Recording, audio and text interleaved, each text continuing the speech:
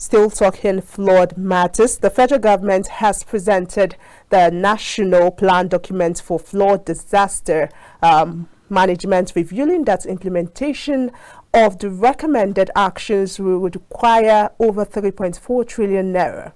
Now, the reports developed by the Presidential Committee for Flood Disaster Management aims to prevent and mitigate future flood disaster in the country. Now, the committee, inaugurated by President Buhari in November 2022, was tasked with developing a comprehensive action plan to address the recurring issue of flood disaster in Nigeria. After an extensive research and consultations, the committee has recommended various key action plans, including administration and legislation strategies, data management protocols, and structural solutions. Now, addressing newsmen in Abuja, the Minister of Water Resources and the chairman of the committee, Sulaiman Adamu, gave updates and key recommendations contained in the reports. We were asked to do a comprehensive plan, and this is the response to that.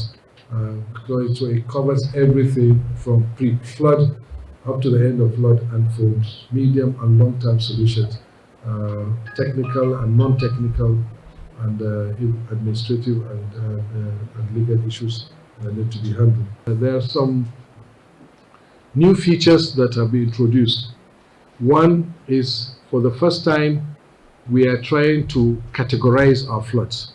So we have about 4 categories of flood occurrences. We've also,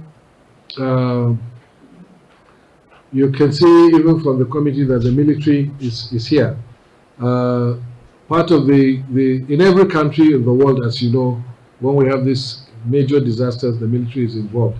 So there is going to be now, when recommended in this document, a more robust approach to flood disaster management and maybe other disaster occurrences in the country by the military, and therefore is also calling for the military institution to also develop a protocol on how they will deal with this situation in relation to the declaration of a state of emergency that we are talking about. The estimated cost of implementing the 10 strategic plans is about 3.46 trillion naira.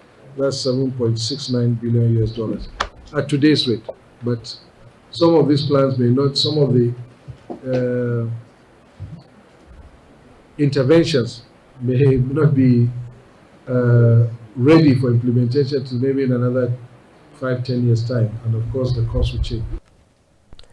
Recognizing the complexity of coordinating multiple stakeholders, the minister stressed the need for a centralized approach. The submission of the report, our task is over, really. The next task is the implementation, and there is we have proposed the setting of a National Flood Management Council. And most of us, members of this steering of the committee for the development of this plan, are members of that.